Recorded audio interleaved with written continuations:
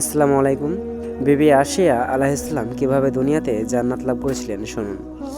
বিবি আশিয়া আলাইহিসসালাম ছিলেন রমণী কুলের এক সম্মানিত নারী, যিনি তখনকার যুগের সবচেয়ে অত্যাচারী বাদশাহ আল্লাহর দুশমন ফেরাউনের স্ত্রী। রাজপ্রাসাদের সমস্ত আরাম দাসদাসীদের সেবা এবং মুকুট বৈশিষ্ট্য সাম্রাজ্যের পদ্মাকে আলো থেকে দূরে সরাতে পারেনি। ফেরাউনের সাম্রাজ্য ক্ষমতার অংশীদারিত্ব তার চরিত্রকে কুলসিত করতে পারেনি, বরং তিনি হকের ওপর ছিলেন অটল।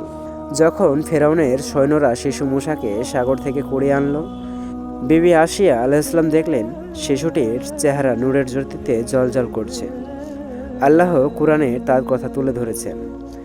ফেরাউনের স্ত্রী বলল, এই শিশু আমারও তোমার নয়নমণি, তাকে হত্যা করো না। এ আমাদের উপকারে আসতে পারে, অথবা আমরা তাকে পুত্র করে নিতে পারি। এভাবে তিনি ছিলেন অত্যাচারী ফেরাউনের কবল থেকে শিশু মূসা আলাইহিসসালাম এর বেঁচে থাকার ওসিলা। পরবর্তী সময়ে মূসা আলাইহিসসালাম নবুয়ত লাভ করলেন এবং একত্ববাদের দাওয়াত দিতে শুরু করলেন।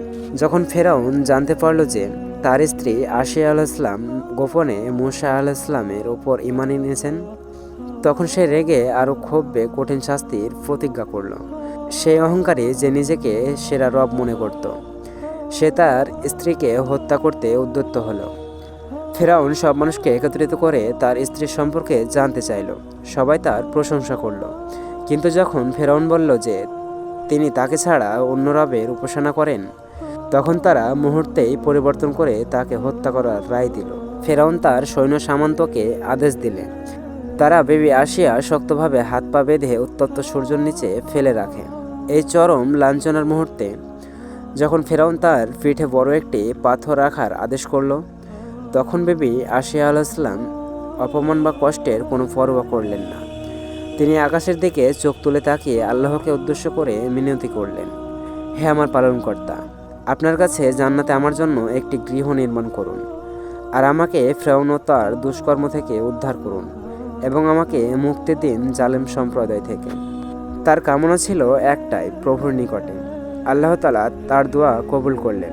ওরা তার পিঠে পাথর রাখার আগেই বিবি আশিয়া আলাইহিসসালাম নিজ চোখে জান্নাতে তার জন্য নির্মিত ঘর দেখতে দেখতে প্রভুর নিকটে চলে গেলেন। ওরা পাথর নিক্ষেপ করছিল প্রাণহীন একটা দেহের উপর। এই ঘটনা থেকে আমরা শিক্ষা পাই যে বিবি আশিয়া আলাইহিসসালাম কঠিন পরিস্থিতিতেও ধৈর্য ধরে সত্যের উপর টিকে থাকা একটা উপমা। তিনি প্রমাণ করলেন ঈমানী শক্তি জগতের কোনো প্রাচুর্য ক্ষমতার কাছে মাথা নত করে না।